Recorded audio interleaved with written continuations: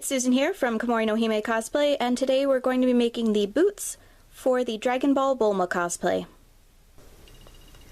To make Bulma's boots, I'm going to be repurposing my old Supersonico cosplay boots.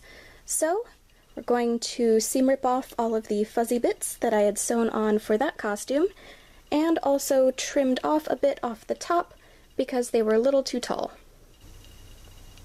Since currently the boots have a raw edge, I cut a bit of the blue fabric that we used for the pouch, and we're going to hem along one of the sides.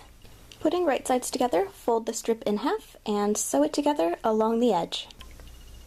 Putting right sides together, we're going to sew that strip onto the top of the boot.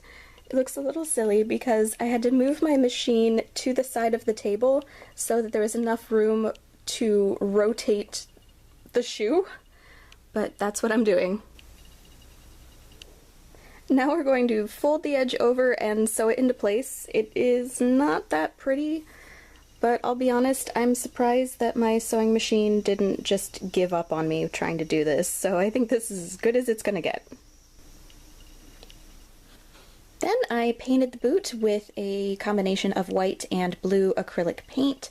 If I was to do this again, I probably would use a different paint, especially for the blue part.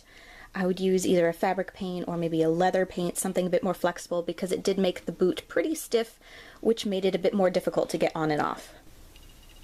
To make the boot decorations, we're going to cut 4 rectangles out of the blue fabric, then hem all along the edges.